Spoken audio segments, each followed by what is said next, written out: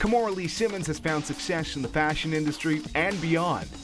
After a successful stint as a runway model, the entrepreneur oversaw Baby Phat's growth to a billion-dollar brand, as well as her own line of clothing. She's tackled TV, perfumes, and a line of self-help books. And now she's teaming up with the United Nations to help other women become entrepreneurs.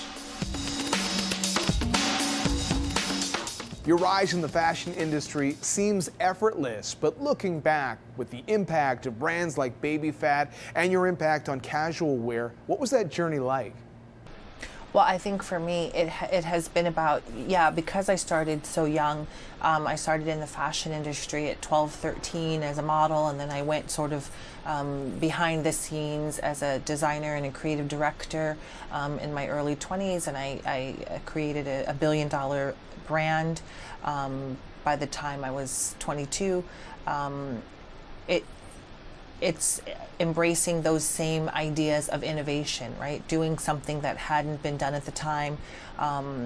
Oftentimes I was kind of pigeonholed into a certain look, a certain type, a certain branded, labeled a certain way. Even in terms of fashion, it was a whole idea then of was it called urban fashion? And I had a real problem with that, because to me fashion is universal and it speaks a universal language. I didn't want to be pigeonholed. I was always fighting, these labels. And so I think that idea of innovation, because really what it was, right, was providing something and doing something at a time that it wasn't being done, and it wasn't being done in that way.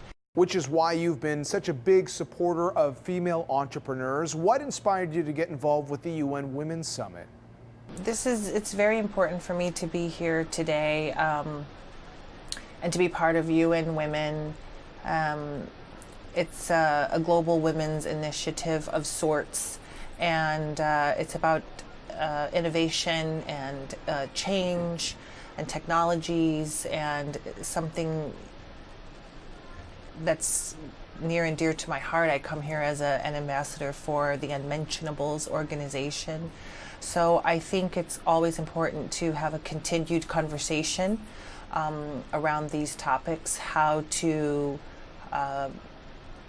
get women more involved, how to be more involved, how to be represented at the higher levels in companies worldwide, how to get in on the ground level and work and build our way to the top. Is there anything left on your bucket list? I have so many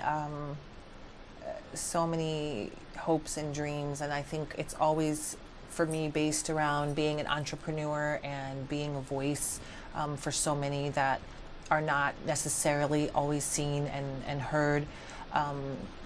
Philanthropy is big for me.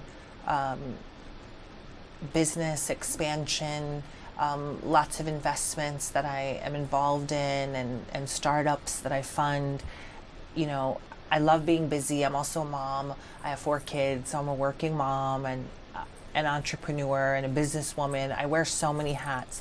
So I think that all of that is what drives me to continue on. And when people say, you inspire me so much, or I follow your story, or I'm so proud of you, and there are people that maybe you've never met before, to me that determines your success. That's a great a feeling and a great honor. And certainly to be here today, for example, is one of those things that's on my business or life bucket list, if you would, to be able to champion the roles and the rights of women and people of color everywhere. I think that's just a lot of fun and super inspirational for me.